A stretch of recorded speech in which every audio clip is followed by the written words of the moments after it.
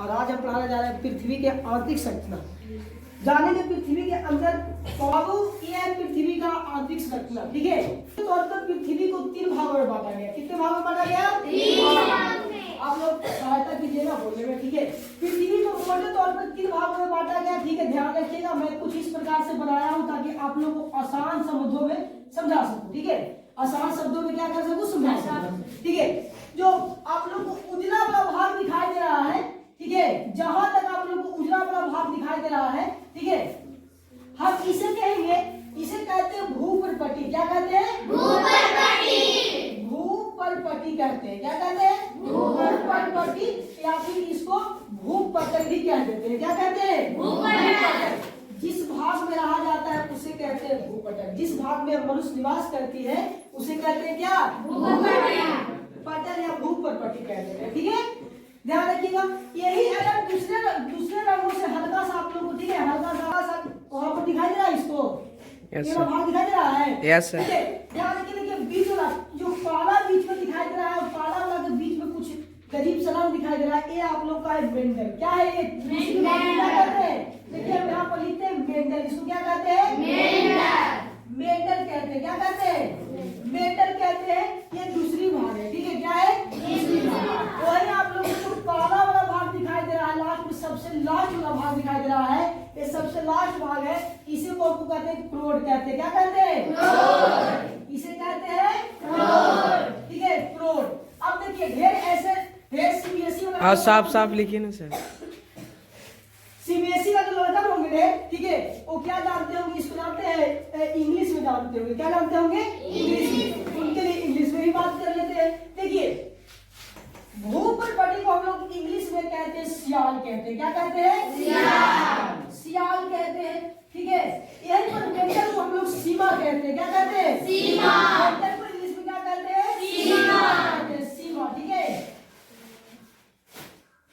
सीमा कहते हैं। क्या कहते हैं? सीमा कहा जाता है। और क्रोड जो है, क्रोड को इंग्लिश में लोग नीफ कहते हैं। क्या कहते हैं? नीफे कहते हैं। क्या कहते हैं? नीफे कहते हैं। देखिए ये हमारा पृथ्वी के, ठीक है, 3 प्रकार की परतें हैं। ठीक है, और तीनों को हम बारी से लिखते हैं। अब देखिए सीमा, सियाल और आप लोग नीफे से बने बनाया गया है। क्या क्या इसमें पदार्थ?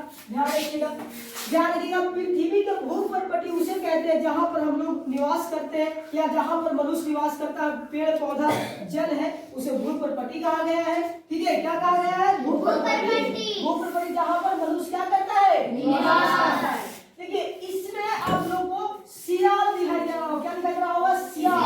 और ध्यान रखिए सियाल जो है, सियाल का मतलब होता है सिलिका। क्या होता है? सिलिका होता है। ध्यान रखिएगा, सिलिका और प्लस में एल से होता है एल्युमिनियम। क्या होता है? एल्युमिनियम। ठीक है, क्या होता है? एल्युमिनियम। यानी हम कह सकते हैं कि पृथ्वी के ऊपरी संरचना जो है, पृथ्वी के ऊपरी संरचना से बना है सिलिका प्लस एल्युमिनियम से बना है। क्या बना है? सिलिका प्लस एल्युमिनियम, जो दोनों धातु है। क्या है? दोनों धातु है। ये सिलिका प्लस एल्युमिनियम जो ऊपरा वाला भाग है, पृथ्वी का ऊपरी वाला भाग जो है भूपर्पट्टी, उस सिलिका प्लस एल्युमिनियम के साथ में मिश्रण होकर बना हुआ है। वही मेटल की बात किया जाए तो मेटल को मैंने बताया कि सीमा कहा जाता है। क्या कहा जाता है? सीमा। और सीमा, देखिए ध्यान रखिएगा, सीमा जो होता है, सीमा का मतलब देखिए सियाल हो जाता है। क्या होता है? सियाल। सिलिका, ठीक है, सॉरी, ठीक है, सियाल। सिलिका क्या होगा? सिलिका। और प्लस में ए में मैग्नीशियम होगा। क्या होगा? मैग्नीशियम होता है। क्या होता है? मैग्नीशियम। यानी मेटल जो बना हुआ है सिलिका प्लस मैग्नीशियम से बनता है। ठीक है, यही बात किया जाए पृथ्वी के सबसे आंतरिक भाग, निचली भाग को कहते हैं क्रोड। इसको इंग्लिश में दर्शाते हैं नीफे से। क्या कहते हैं? नीफे। और नीफे का मतलब होता है एन से निकेल होता है। क्या होता है?